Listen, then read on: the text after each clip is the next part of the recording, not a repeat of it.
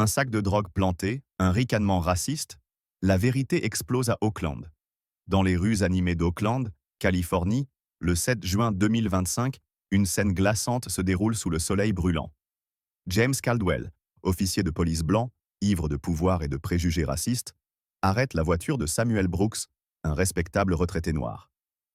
Avec un sourire narquois, il glisse un sachet de drogue sous le siège, ricanant. Les Noirs comme toi n'ont leur place qu'en prison. Ce geste chargé de haine vise à briser un homme innocent pour gonfler les statistiques d'arrestation de Caldwell. Samuel, digne et calme, fixe l'officier sans ciller, son regard perçant comme une lame. Mais ce que Caldwell ignore, c'est qu'un passant, révolté par cette injustice, filme discrètement la scène avec un drone, capturant chaque mouvement, chaque mot venimeux. La foule, dans le quartier majoritairement noir, commence à murmurer. Des téléphones s'élèvent, enregistrant l'outrage. Cette provocation n'est pas qu'un abus de pouvoir. C'est un affront à toute une communauté, un cri de guerre contre des décennies d'oppression raciale. L'indignation explose, transformant une simple arrestation en un brasier de révolte. Samuel, menotté, reste stoïque, mais ses yeux promettent une justice implacable. Ce moment marque le début de la chute de Caldwell et d'un système corrompu, porté par une vérité que rien ne pourra étouffer. Joignez-vous à nous pour exiger la justice. Avant de plonger dans ce scandale brûlant, si vous êtes révolté par l'injustice et prêt à découvrir un combat pour la vérité, laissez un 1 dans les commentaires, abonnez-vous et activez la cloche. Si vous doutez, un like nous boostera. Restez jusqu'au bout pour un twist qui vous secouera. Alors que Samuel Brooks, menotté sous le soleil brûlant d'Oakland, était poussé vers une voiture de police par James Caldwell, l'atmosphère dans le quartier vibrait d'une colère à peine contenue. L'arrestation injuste, orchestrée par un officier blanc imbu de préjugés racistes, n'était que le prélude d'un scandale prêt à exploser. Ce que Caldwell ignorait, c'était que son acte ignoble, glisser un sachet de drogue sous le siège de Samuel en ricanant des insultes racistes, avait été immortalisé par la caméra cachée du tableau de bord de la vieille Ford de Samuel. Cette vidéo, d'une clarté implacable, capturait chaque geste furtif, chaque mot venimeux. Les Noirs comme toi n'ont leur place qu'en prison. Chaque seconde enregistrée était une bombe à retardement, une preuve irréfutable qui allait faire trembler les fondations du commissariat d'Oakland et au-delà. Dans l'intimité de cette caméra silencieuse, installée par Samuel des années plus tôt après une altercation raciale similaire, se jouait une justice que Caldwell n'avait jamais anticipée. L'officier, avec son uniforme impeccablement repassé et son badge scintillant, croyait avoir le contrôle absolu. Grand, blond, la trentaine arrogante, il incarnait une autorité intouchable dans les quartiers noirs et latinos d'Oakland. Son surnom, le Faucon, circulait parmi les habitants de Fruitvale, non pour sa vigilance, mais pour sa cruauté ciblée. Il était connu pour ses contrôles d'identité abusifs, ses remarques comme « Reste à ta place, boy », lancées à des adolescents noirs, ou ses fouilles illégales dans des voitures de familles immigrées. Une mère du quartier, lors d'une réunion communautaire, avait pleuré en racontant comment Caldwell avait brisé la vitre de sa voiture, accusant son fils de « ressembler à un dealer », sans preuve. Mais ce jour-là, son arrogance le trahit. Alors qu'il menottait Samuel, un sourire satisfait aux lèvres, un adolescent du quartier, caché derrière un kiosque, filmait la scène avec son téléphone. Ce n'était pas le drone du passant mentionné plus tôt, mais une vidéo brute, tremblante, capturant l'injustice sous un autre angle. Le garçon, Jamal Torres, 16 ans, connaissait Samuel comme le grand-père qui distribuait des bonbons aux enfants après l'école. En voyant Caldwell planter le sachet, Jamal sentit une rage sourde monter.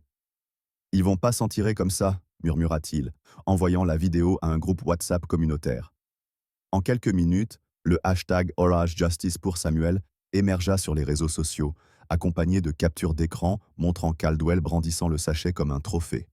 La vidéo de la caméra embarquée, quant à elle, fut découverte par un mécanicien local, Malik Johnson, chargé d'inspecter la voiture de Samuel après sa mise en fourrière. Malik, un ancien détenu réhabilité grâce à l'aide juridique de Samuel, reconnut immédiatement l'importance des images. « C'est pas juste un flic pourri », dit-il en visionnant l'enregistrement, les poings serrés.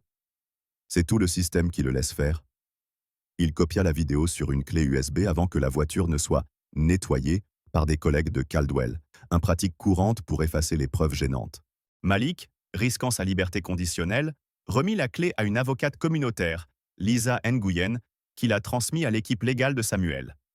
L'indignation s'amplifia lorsque la vidéo de Jamal fuit sur Twitter, atteignant 1 million de vues en 3 heures.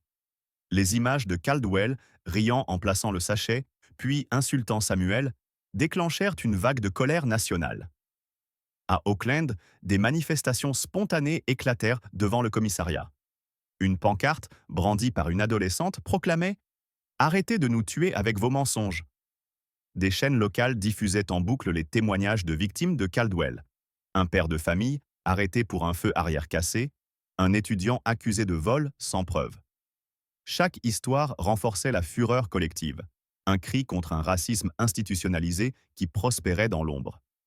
Au commissariat, le capitaine Robert Hayes, supérieur de Caldwell, tenta de minimiser l'incident. « Une erreur isolée », déclara-t-il lors d'une conférence de presse, le visage crispé. Mais un détail inattendu fit basculer l'affaire. Un ancien collègue de Caldwell, Marcus Reed, un officier noir poussé à la retraite anticipée après avoir dénoncé des abus, révéla à Lisan Nguyen l'existence d'un carnet bleu. Ce registre, tenu par Caldwell, listait ses arrestations ciblées avec des notes racistes comme « noir, probable dealer » ou « latino, à surveiller ». Reed, rongé par la culpabilité, avait conservé une photo de ce carnet, prise avant son départ. La tension dans les rues était à son comble. À Fruitvale, un hôtel improvisé avec des bougies et une photo de Samuel fut érigé. Une vieille femme tenant un chapelet cria « Ils veulent nous briser, mais on est plus fort qu'eux ». Les manifestants, armés de mégaphones, scandaient le nom de Samuel, devenu un symbole de résistance. Caldwell, cloîtré dans son appartement, regardait les nouvelles, son assurance vacillante. Son téléphone vibrait sans cesse. Des menaces anonymes, des collègues qui se désolidarisaient. Une goutte de sueur perla sur son front alors qu'il réalisait que la vidéo, combinée au carnet bleu, allait le détruire. Samuel, toujours en détention, reçut la visite de Lisan Nguyen. « Il ne s'attendait pas à ce que vous ayez une caméra », dit-elle, les yeux brillants. Samuel esquissa un sourire, sa voix calme mais ferme. Il ne s'attendait là pas non plus à ce que la vérité survive. Cette vidéo, fruit d'une précaution née de décennies de méfiance envers un système raciste, était désormais une arme. À l'extérieur, la colère de Oakland montait, portée par des preuves irréfutables et une communauté refusant de se taire. Le combat pour la justice, déclenché par une caméra cachée, promettait de faire tomber non seulement Caldwell, mais tout un système bâti sur l'impunité. Alors que la vidéo de l'arrestation brutale de Samuel Brooks par James Caldwell, capturée par une caméra embarquée et relayée par un adolescent révolté, enflammait Oakland, un autre drame se jouait dans la cellule froide où Samuel était détenu. Loin des cris des manifestants et de l'agitation des réseaux sociaux, Samuel, un homme noir de 68 ans, ancien juge fédéral à la retraite, affrontait l'injustice avec une sérénité qui désarmait ses geôliers. Menotté, assis sur un banc métallique sous la lumière crue d'un néon, il ne cédait ni à la panique ni à la colère. Son regard, d'une intensité presque surnaturelle, semblait traverser les murs de béton, comme s'il voyait déjà la vérité éclater au grand jour. Cette dignité, forgée par des décennies de lutte contre le racisme systémique, transformait une arrestation arbitraire en un acte de résistance silencieuse, un défi lancé à un système qui espérait le briser. Samuel n'était pas un inconnu à Oakland. Respecté dans le quartier de Fruitvale, il avait passé sa carrière à démanteler des injustices, libérant des innocents piégés par des accusations fabriquées. Mais ce jour-là, face à Caldwell, un officier blanc dont le mépris raciste suintait à chaque mot, Samuel choisit de ne pas répondre aux provocations. Lorsque Caldwell, lors de l'arrestation, lui lança « T'es fini, vieux, personne ne croira à un noir comme toi », Samuel se contenta de fixer son badge, mémorisant chaque détail. « Vous devriez vérifier vos caméras », murmura-t-il, sa voix si calme qu'elle fit frissonner l'officier. Cette phrase, à peine audible, était un avertissement, une promesse que la vérité ne resterait pas cachée. Caldwell, troublé, ricana nerveusement, mais une lueur d'incertitude passa dans ses yeux. Dans la cellule, Samuel refusait de plier. Un gardien, intrigué par son calme, lui demanda « Pourquoi vous ne protestez pas? Vous savez qu'ils vous ont piégé. » Samuel esquissa un sourire, ses mains menottées reposant sur ses genoux. « La colère est leur arme, pas la mienne. Ils attendent que je m'effondre pour justifier leurs mensonges. Cette réponse, prononcée avec une assurance tranquille, troubla le gardien, un jeune homme nommé Diego Alvarez, qui avait entendu parler de Samuel comme d'une légende locale. Diego, fils d'immigrés mexicains, avait rejoint la police pour changer les choses, mais les abus racistes de collègues comme Caldwell le rongeaient. En croisant le regard de Samuel, il sentit une honte sourde l'envahir, comme si cet homme, enchaîné, était plus libre que lui. Un rebondissement inattendu intensifia la tension. Une avocate communautaire, Lisa Nguyen, reçut un colis anonyme à son bureau. Une copie de la vidéo de la caméra embarquée, envoyée par Malik Johnson, le mécanicien qui avait sauvé les images. Mais ce n'était pas tout. Le colis contenait une note manuscrite signée d'un mystérieux témoin silencieux, révélant que Caldwell avait tenté de faire effacer les enregistrements du commissariat la nuit précédente. La note mentionnait un code d'accès utilisé par le capitaine Robert Hayes pour désactiver les sauvegardes automatiques. Lisa, les mains tremblantes, comprit que cette information pouvait non seulement innocenter Samuel, mais aussi exposer un réseau de corruption. Elle contacta immédiatement Samuel en détention, lui glissant à travers les barreaux. « Ils ont cru vous enterrer, mais vous êtes leur pire cauchemar. » La colère de Samuel, bien qu'intériorisée, était palpable. Chaque insulte raciste de Caldwell, chaque regard méprisant, ravivait les souvenirs d'une vie marquée par la discrimination. Les contrôles d'identité abusifs dans sa jeunesse, les dossiers truqués qu'il avait vus en tant que juge, les familles brisées par des officiers comme Caldwell. Pourtant, il refusait de leur donner ce qu'ils voulaient, un homme noir brisé, conforme à leurs stéréotypes. À la place, il méditait sur chaque détail de l'arrestation, reconstituant mentalement la scène. Il se souvenait d'un adolescent, Jamal, filmant depuis un kiosque. « Ce garçon est ma voix », pensa-t-il, certain que la communauté ne le laisserait pas tomber. À l'extérieur, la fureur grandissait. Les habitants de Fruitvale, galvanisés par les vidéos virales, organisaient des veillées devant le commissariat. Une femme, tenant une photo de son fils arrêté par Caldwell des années plus tôt, cria « Samuel est notre père à tous, ils ne le feront pas taire. » Cette solidarité renforçait la détermination de Samuel. Il savait que son silence n'était pas une capitulation, mais une stratégie. En restant calme, il forçait Caldwell et ses complices à multiplier les erreurs, à révéler leur panique. Une rumeur courait déjà. Hayes avait convoqué une réunion secrète pour gérer la crise. Mais un employé du commissariat, écœuré, avait divulgué l'information à Lisa. Dans sa cellule, Samuel reçut une visite inattendue de Diego, le gardien. « J'ai vu la vidéo », bafouilla-t-il, baissant les yeux. « Je ne peux pas continuer à faire comme si de rien n'était. » Samuel le regarda sans jugement. « Alors, ne faites rien. Soyez quelqu'un. » Ces mots, simples mais puissants, firent vaciller Diego. Il promit de transmettre un message à Lisa, un détail que Samuel avait noté. Le numéro de série du sachet de drogue qu'il avait aperçu pendant l'arrestation. Ce numéro, s'il était vérifié, pouvait prouver que le sachet provenait des stocks du commissariat, une preuve accablante de la mise en scène. Samuel, seul dans sa cellule, ferma les yeux, sa respiration régulière contrastant avec le chaos extérieur. Il savait que la vérité, portée par la caméra, par Jamal, par Malik et maintenant par Diego, allait éclater.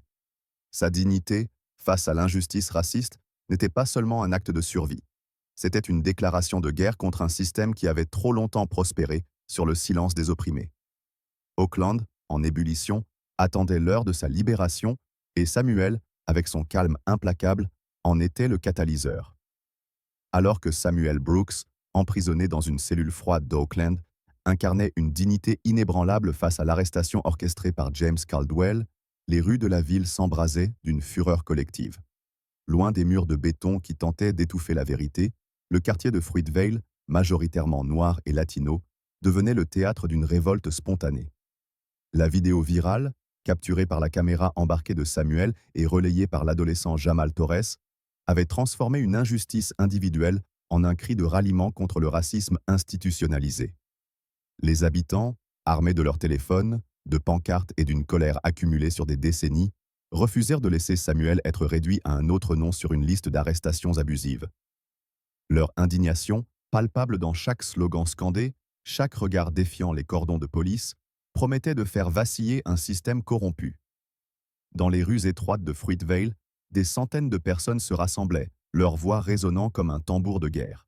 Une mère, Aisha Williams, brandissait une photo de Samuel, criant « C'est notre grand-père, notre juge, notre héros. Ils ne le feront pas taire. » Aisha, dont le fils avait été arrêté sans motif par Caldwell 2 ans plus tôt, incarnait la douleur d'une communauté trop longtemps ignorée. À ses côtés, un groupe d'adolescents, dont Jamal, diffusait la vidéo en direct sur Instagram, leurs commentaires enflammés attirant des milliers de spectateurs. Regardez ce flic raciste, lançait Jamal, sa voix tremblante de rage. Samuel nous a toujours protégés, maintenant c'est à nous. La foule grossissait, bloquant les artères du quartier, tandis que des haut-parleurs de fortune diffusaient les insultes de Caldwell tirées de la vidéo. Les Noirs comme toi n'ont leur place qu'en prison. Un détail inattendu ajouta une intensité dramatique à la scène. Lors d'une veillée improvisée devant le commissariat, un ancien détenu, Tyrone Carter, monta sur une caisse en bois pour s'adresser à la foule. « Caldwell m'a mis en cage pour rien il y a 5 ans, hurla-t-il, montrant une cicatrice sur son cou, souvenir d'une arrestation brutale. Mais Samuel m'a fait libérer. Il a cru en moi quand personne d'autre ne l'a fait. » Tyrone révéla avoir conservé une lettre manuscrite de Caldwell, remise à un gardien pour intimider les détenus. Les Noirs et les Latinos, on les brise, c'est tout. Cette lettre, brandie comme un étendard, fut filmée par des dizaines de téléphones, devenant virale en quelques minutes. La foule rugit, scandant « Pas de justice, pas de paix ». Au commissariat, le capitaine Robert Hayes, acculé par la pression publique, tenta de calmer les esprits lors d'une conférence de presse télévisée. « Nous enquêtons sur cet incident isolé », déclara-t-il, la voix tremblante. Mais ces mots sonnaient creux face aux images de Caldwell riant en plantant la drogue. Une journaliste locale, Maria Alvarez, l'interrompit en direct. « Isolé ? Et les dizaines de plaintes contre Caldwell, toutes classées sans suite ?» La question, relayée par les chaînes nationales, fit monter la tension. À Fruitvale, un hôtel de bougies et de fleurs s'érigeait autour d'une photo de Samuel, entouré de messages comme « Tu es notre force ». Une vieille femme tenant un chapelet murmura « Ils ont touché à l'âme de notre quartier. Ils vont le regretter. » L'indignation prit une tournure encore plus explosive lorsque Lisa Nguyen, l'avocate de Samuel, reçut un appel anonyme d'un employé du commissariat. « J'ai vu Caldwell brûler des dossiers hier soir », chuchota la voix. Hayes était là, il a donné l'ordre. Cette révélation, confirmée par un enregistrement audio envoyé par le même informateur, montrait Hayes ordonnant « Effacez tout ce qui peut lier Caldwell à d'autres affaires ». Lisa, les poings serrés, transmit l'audio à une chaîne locale qui le diffusa en prime time.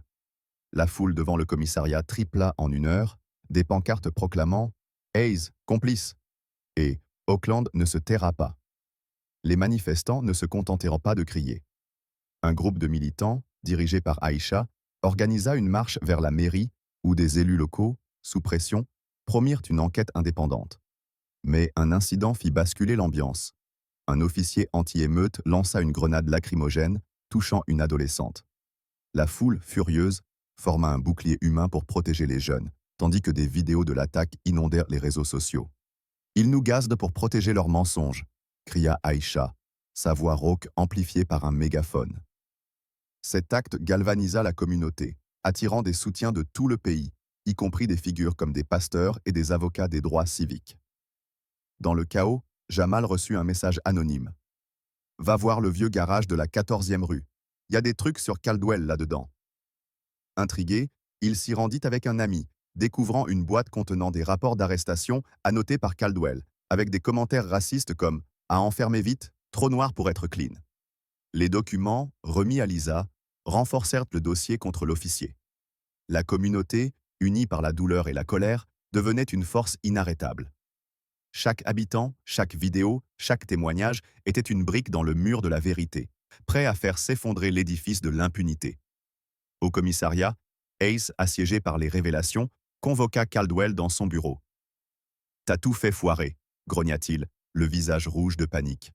Caldwell, livide, tenta de se défendre. « Ils n'ont rien de concret. » Mais un coup frappé à la porte interrompit la dispute.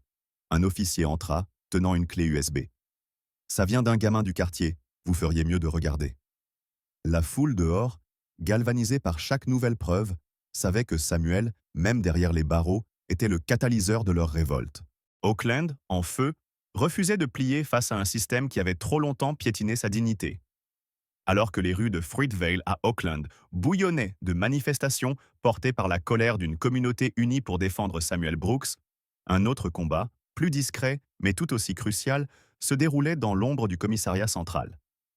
Les vidéos virales, celles de la caméra embarquée de Samuel et celles filmées par l'adolescent Jamal Torres, avaient exposé l'acte raciste de James Caldwell, qui avait planté de la drogue pour piéger un innocent. Mais pour que la vérité triomphe, il fallait plus que des images. Il fallait du courage. Michael Evans, un jeune officier noir de 25 ans, fraîchement sorti de l'académie de police, se tenait à un carrefour moral. Témoin silencieux de l'arrestation de Samuel, il détenait une copie de la vidéo de la caméra embarquée, secrètement récupérée par le mécanicien Malik Johnson. Dans l'intimité de sa voiture, garée sous un lampadaire vacillant, Michael, les mains tremblantes, prit une décision qui allait changer le cours de l'histoire. Envoyer cette preuve à l'avocate de Samuel, Lisa Nguyen, au péril de sa carrière et de sa sécurité. Michael n'était pas un héros autoproclamé. Fils d'une enseignante célibataire du quartier de West Auckland, il avait rejoint la police avec l'espoir naïf de faire la différence. Mais en quelques mois, il avait vu l'envers du décor. Des collègues comme Caldwell ciblant les minorités, des rapports truqués, des supérieurs fermant les yeux. Lors de l'arrestation de Samuel, Michael était en patrouille à quelques mètres. Il avait entendu Caldwell ricaner. « Les Noirs comme lui, on les met au trou, point ». Ces mots, comme un poison, s'étaient gravés dans son esprit. En visionnant la vidéo remise par Malik, il sentit une rage sourde l'envahir. Les images montraient Caldwell glissant le sachet de drogue avec une assurance arrogante, convaincu de son impunité. « Il croit qu'il est intouchable », murmura Michael, ses poings serrés contre le volant. La décision de Michael fut précipitée par un incident inattendu. Lors d'une réunion au commissariat, le capitaine Robert Hayes ordonna aux officiers de rester unis face à la tempête médiatique. « Cette histoire de vidéo, c'est du bruit », grogna-t-il, jetant un regard menaçant à l'assemblée. Mais un officier, un vétéran proche de Caldwell, glissa à Michael dans les couloirs. « T'as intérêt à la fermer, gamin. Les traîtres, on s'en occupe. » Cette menace, au lieu d'intimider Michael, alluma en lui une flamme de défi. Il savait que garder le silence équivalait à trahir Samuel, sa communauté, et lui-même. À minuit, dans un café désert de la 12e rue, il rencontra Lisa Nguyen. « Prenez ça », dit-il, lui tendant une clé USB. « Mais si ça sort, je suis fini. » Lisa, les yeux brillants, répondit « Vous venez de donner une chance à la justice. » L'envoi de la vidéo ne fut pas sans conséquence. Le lendemain, Michael trouva son casier forcé, une note anonyme glissée à l'intérieur. « T'as choisi le mauvais camp. » Son badge d'accès au système informatique fut mystérieusement désactivé et ses collègues évitèrent son regard. Mais la colère de Michael, nourrie par des années de frustration face aux abus racistes qu'il avait vus, des adolescents noirs fouillés sans raison, des mères latinos humiliés lors de contrôles, l'empêchait de reculer. Il se souvenait d'une phrase de sa mère. « Si tu vois le mal et que tu te tais, tu le portes avec toi. » Cette conviction le poussait à agir, même au risque de devenir une cible. Un rebondissement dramatique intensifia l'affaire. Lisa, en analysant la clé USB, découvrit un second fichier caché, un enregistrement audio capté par erreur par la caméra de Samuel où Caldwell parlait à un collègue après l'arrestation. « Ace m'a dit de continuer comme d'hab. Tant qu'on vise les Noirs et les Latinos, il couvre », lâchait-il. Cet audio, une preuve de la complicité du capitaine, fit l'effet d'une bombe. Lisa le transmit à une chaîne locale qui le diffusa en direct, provoquant une nouvelle vague de manifestations. À Fruitvale, des pancartes surgirent. « Hayes, complice du racisme !» La foule, galvanisée, bloqua l'entrée du commissariat, exigeant des démissions. Michael, malgré la pression, reçut un appel anonyme d'un autre officier, Diego Alvarez, le gardien qui avait parlé à Samuel en cellule. « J'ai trouvé un truc », chuchota Diego. Un registre dans le bureau de Caldwell avec des notes sur ses arrestations. Il marquait « noir » ou « latino » à côté des noms, comme une liste de chasse.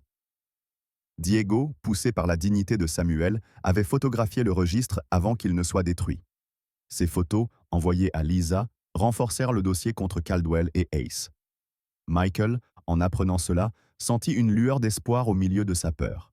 « On n'est pas seul », murmura-t-il, les yeux fixés sur une photo de sa mère accrochée dans sa voiture. Au commissariat, La tension était à son comble. Ace, acculé, tenta de suspendre Michael pour insubordination, mais la nouvelle de l'audio fuité rendit l'ordre inapplicable. Les officiers, divisés, chuchotèrent dans les couloirs. Certains, comme Diego, commençaient à douter de leur loyauté envers un système pourri. À l'extérieur, les manifestations grossissaient, les habitants de Fruitvale scandant le nom de Samuel, mais aussi celui de Michael, devenu un symbole malgré lui. Le jeune flic qui a parlé, cria une adolescente, brandissant une pancarte. Michael, terré chez lui, regardait les nouvelles, son cœur battant à tout rompre. Il savait que son geste, né d'une colère face à l'injustice raciste, avait déclenché une chaîne de révélations. La vérité, portée par sa clé USB, était désormais une arme que ni Caldwell ni Ace ne pouvaient arrêter. Dans l'ombre, Lisa préparait l'audience de Samuel, renforcée par les preuves accumulées. Michael, malgré les menaces, reçut un message de Jamal. « T'es un héros, frère. On te couvre. » Ce soutien communautaire, mêlé à sa propre rage contre un système qui protégeait des officiers racistes comme Caldwell, lui donna la force de continuer. Oakland, en ébullition, attendait le moment où la justice, portée par le courage d'un jeune officier, ferait tomber les masques d'un commissariat gangrené par la corruption et le racisme.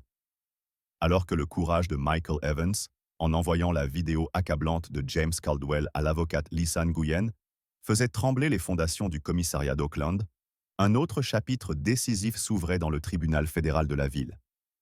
Les rues de Fruitvale, encore vibrantes des manifestations pour Samuel Brooks, semblaient retenir leur souffle à l'approche de l'audience préliminaire. La vidéo de la caméra embarquée, montrant Caldwell plantant de la drogue dans la voiture de Samuel, tout en proférant des insultes racistes, avait déjà enflammé l'opinion publique.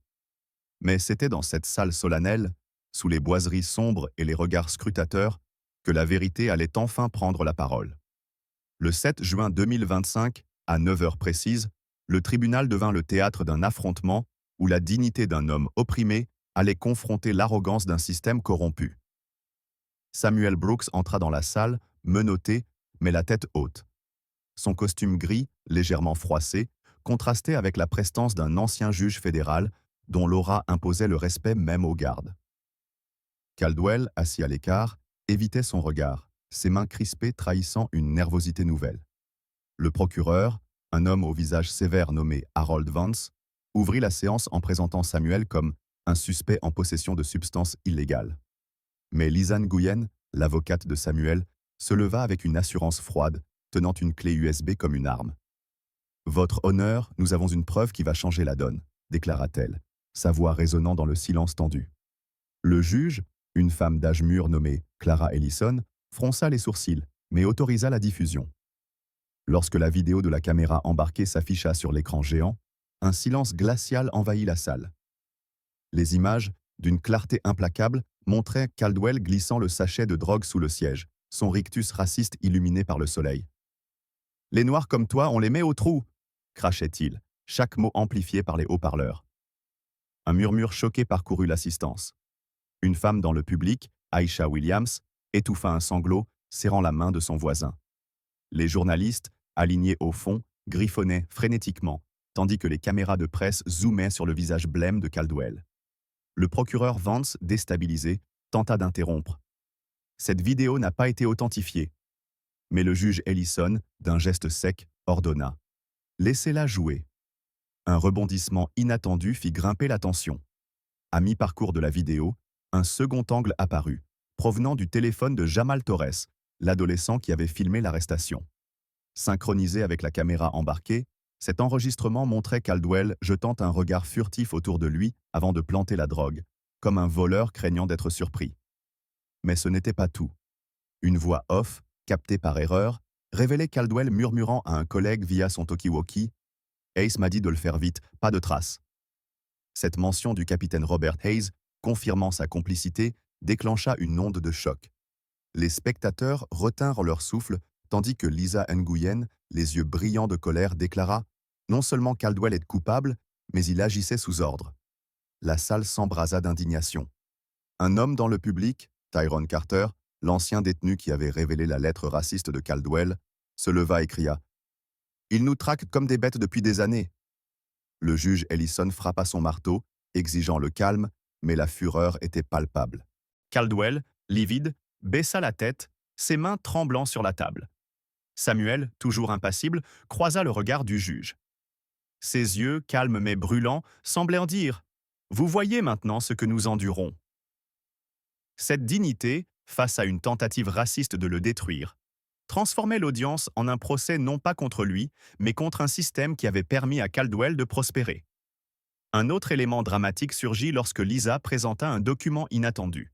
Un rapport interne récupéré par Diego Alvarez, le gardien du commissariat. Ce rapport, daté de la veille, montrait que Hayes avait tenté de falsifier les registres des stocks de drogue pour dissimuler l'origine du sachet utilisé par Caldwell. Le numéro de série, noté par Samuel lors de l'arrestation, correspondait à un lot saisi par le commissariat, prouvant que la drogue avait été volée pour piéger des innocents. « C'est une conspiration », lança Lisa, sa voix vibrant de rage. Le public explosa en murmures outrés, certains criant « Libérez Samuel !» Le procureur, acculé, bafouilla une objection, mais le juge Ellison, visiblement secoué, ordonna une suspension d'audience. À l'extérieur, la nouvelle de la vidéo et des révélations se répandit comme une traînée de poudre. Les manifestants, massés devant le tribunal, scandèrent « Pas de justice, pas de paix ». Une chaîne nationale diffusa la vidéo en direct, accompagnée de témoignages de victimes de Caldwell. Une adolescente, filmée dans la foule, déclara en larmes « Samuel nous a appris à ne jamais baisser la tête. On se bat pour lui. » La colère, alimentée par des décennies de racisme institutionnalisé, atteignait un point de rupture. À l'intérieur, Caldwell, isolé, sentit le sol se dérober. Un officier de sécurité murmura à son collègue « Il est fini, Hayes aussi. » Samuel, escorté hors de la salle, croisa le regard de Lisa. « Merci, » murmura-t-il, sa voix douce mais ferme. L'audience, loin d'être une simple formalité, devenait un tournant historique. La vidéo de Caldwell, combinée aux preuves accumulées par Michael, Diego et la communauté, exposait un système gangrené par le racisme et la corruption. Oakland, à travers la lutte pour Samuel, criait son refus de l'oppression. Le tribunal, sous la pression d'une vérité irréfutable, n'était plus qu'une étape avant la chute d'un empire d'injustice, porté par la rage d'un peuple déterminé à ne plus se taire. Lisa, les yeux rougis par des nuits sans sommeil, parcourait des piles de rapports d'arrestation. Un détail saisissant émergea, 37 dossiers, tous signés par Caldwell ou Hayes, utilisaient des phrases identiques, comme « sujet non coopératif »,« regard suspect » ou « substance trouvée sous le siège ». Ces formulations, mécaniques et répétitives, trahissaient une stratégie délibérée pour piéger des minorités, principalement noires et latinos. Un rebondissement dramatique survint lorsque Diego Alvarez, le gardien du commissariat, livra à Lisa une clé USB volée dans le bureau de Hayes. Elle contenait un enregistrement audio d'une réunion secrète où Hayes ordonnait « Si un noir ou un latino pose problème, fabriquez une preuve. Personne ne vérifiera. » Cette confession, crue et cynique, fit bouillir Lisa de rage. « Ils ont transformé la justice en une machine à broyer nos communautés », s'écria-t-elle, les poings serrés. Les enquêteurs découvrirent également un « registre fantôme », un fichier numérique caché sur un serveur interne, listant des arrestations ciblées avec des annotations racistes comme « noir, probable dealer » ou « latino à surveiller ». Ce registre, maintenu par Hayes, impliquait 3 autres officiers supérieurs, dont un commandant retiré, Edward Klein, dont le nom apparaissait sur 19 rapports truqués. Un témoin inattendu, une ancienne secrétaire du commissariat, Rosa Delgado, brisa le silence lors d'une déposition secrète. « Klein m'a forcé à antidater des signatures », murmura-t-elle, tremblante. « Il disait que c'était pour protéger l'unité, mais je savais que c'était pour couvrir Caldwell. » Rosa, poussée par la culpabilité, avait conservé des copies de ces documents, qu'elle remit aux fédéraux. Chaque révélation alimentait la fureur publique, les habitants d'Oakland scandant. Pas seulement Caldwell, tout le système. Au commissariat, l'ambiance était irrespirable. Hayes, acculé, tenta de détruire des preuves, mais un technicien, révolté par les abus, avait sauvegardé les fichiers incriminants. Les officiers, divisés, évitèrent de parler de l'affaire, mais les regards fuyants trahissaient leur malaise. Michael Evans, devenu une cible, trouva une note menaçante dans son casier. « Traître, tu vas payer. » Pourtant, sa colère contre un système qui protégeait des officiers racistes comme Caldwell le poussait à tenir bon. À Fruitvale, des hôtels pour Samuel se multipliaient, ornés de bougies et de messages comme « La vérité nous libérera ». La communauté, unie par une indignation brûlante, refusait de plier face à l'intimidation. 6 mois plus tard, Auckland n'était plus la même. L'affaire Samuel Brooks, surnommée le scandale de Fruitvale, avait marqué un tournant national. Samuel, libéré après le retrait des charges, ne chercha pas la gloire. Lors d'une cérémonie discrète, il reçut une médaille de la ville, mais son discours, prononcé d'une voix calme mais ferme, résonna comme un coup de tonnerre. « J'aurais pu hurler, me débattre, mais la justice ne vient pas des cris. Elle vient de ceux qui refusent de se taire. » Il proposa la loi Brooks, un texte révolutionnaire visant à réformer la surveillance policière. Ces mesures, stockage indépendant des vidéos de caméras corporelles, protection des lanceurs d'alerte, révision des arrestations douteuses, furent débattues dans une session législative sous haute tension. Le vote, retransmis en direct, était un moment d'intense suspense. Dans la chambre législative, les élus, sous le regard scrutateur des caméras et de la foule massée dehors, devaient en choisir, soutenir la réforme ou protéger un système défaillant. Une sénatrice, Elena Morales, ancienne avocate des droits civiques, se leva pour défendre la loi. « Si nous laissons des hommes comme Caldwell prospérer, nous trahissons nos enfants », lança-t-elle, sa voix vibrant de colère. Mais l'opposition, menée par un sénateur conservateur, tenta de bloquer le texte, arguant que trop de contrôle paralyserait la police. À l'extérieur, des milliers de manifestants, tenant des pancartes « Loi Brooks maintenant », faisaient trembler les vitres du Capitole. Un twist inattendu scella le destin de la loi. Un législateur jusque-là silencieux, David Chen, un ancien officier poussé à la retraite pour avoir dénoncé des abus, prit la parole. « J'ai vu des Caldwell détruire des vies, dit-il, les larmes aux yeux. J'ai honte d'avoir gardé le silence. Aujourd'hui, je vote pour Samuel, pour Fruitvale, pour la justice. » Son vote, décisif, fit basculer la majorité. La salle éclata en applaudissements, tandis que dehors, la foule hurlait de joie. La loi Brooks fut adoptée par 39 voix contre 36, un triomphe arraché au racisme institutionnalisé. Caldwell, condamné à 20 ans de prison pour falsification de preuves et abus de pouvoir, devint un symbole de la chute d'un système corrompu. Hayes, reconnu coupable de complicité, fut emprisonné pour 12 ans. Michael Evans, promu lieutenant, dirigea une unité de police communautaire à Fruitvale, où il gagna le respect des habitants. Lisa Nguyen devint une figure nationale des droits civiques, tandis que Jamal Torres reçut une bourse pour étudier le journalisme. Samuel, quant à lui, continua de visiter les écoles, enseignant aux enfants que la vérité est plus forte que les menottes. Auckland, transformé par une colère canalisée en action, devint un phare d'espoir, prouvant qu'une communauté unie, portée par la rage contre l'injustice, pouvait réécrire l'histoire.